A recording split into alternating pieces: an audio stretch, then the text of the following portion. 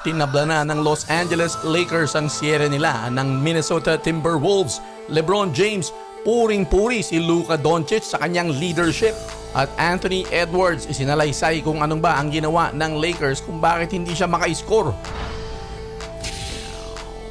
Tabla na nga ang sharing ito mga kabasketball. Nanalo ang Los Angeles Lakers 94-85. Buong laro, lamang ang Lakers. Umabot pa ng 22 puntos ang lamang ng Lakers pero naibaba ito ng Minnesota sa 9 na nga lang. Gumawa ng 25 puntos si Anthony Edwards at mayroon pang 6 na rebounds. Julius Randle nag-top score with 27 points pero hindi masyadong impactful ang mga ginagawa nitong si Edwards. Ano nga ba ang ginagawa ng Lakers sa kanya? At paanong na-turn around ang laban na ito?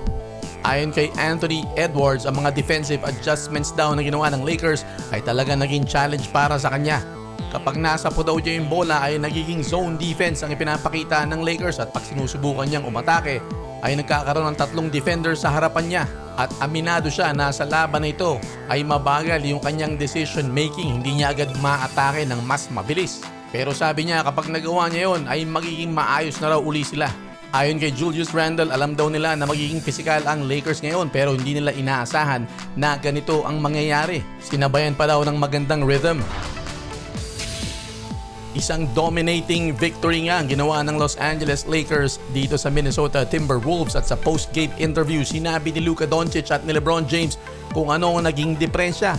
Ayon kay LeBron James, malaki daw ang improvement from Game 1 ng kanilang physicality at ang defensive intensity nila. Mas maliliks sila, kitang-kita.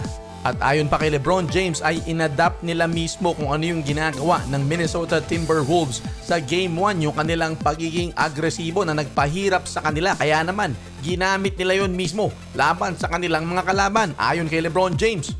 Ayon naman kay Luka Doncic, in-emphasize niya ang importansya ng team's collective effort. Sama-sama raw at yung kanilang defensive intensity, yan uli ang binanggit nitong si Luka Doncic. Pero ayon kay Luka, ito ang susi sa serye na ito. Sabi ni Luka, it was just a question of who would be more physical or not. At kitang-kita naman daw yun. So ibig sabihin kung sino talaga yung mas magiging physical sa dalawang koponan ay siyang mananaig. At sabi ni Luka, nandun daw sila for 48 minutes. Malalaman natin kung magbabago ang intensity niyan paglipat sa Minnesota.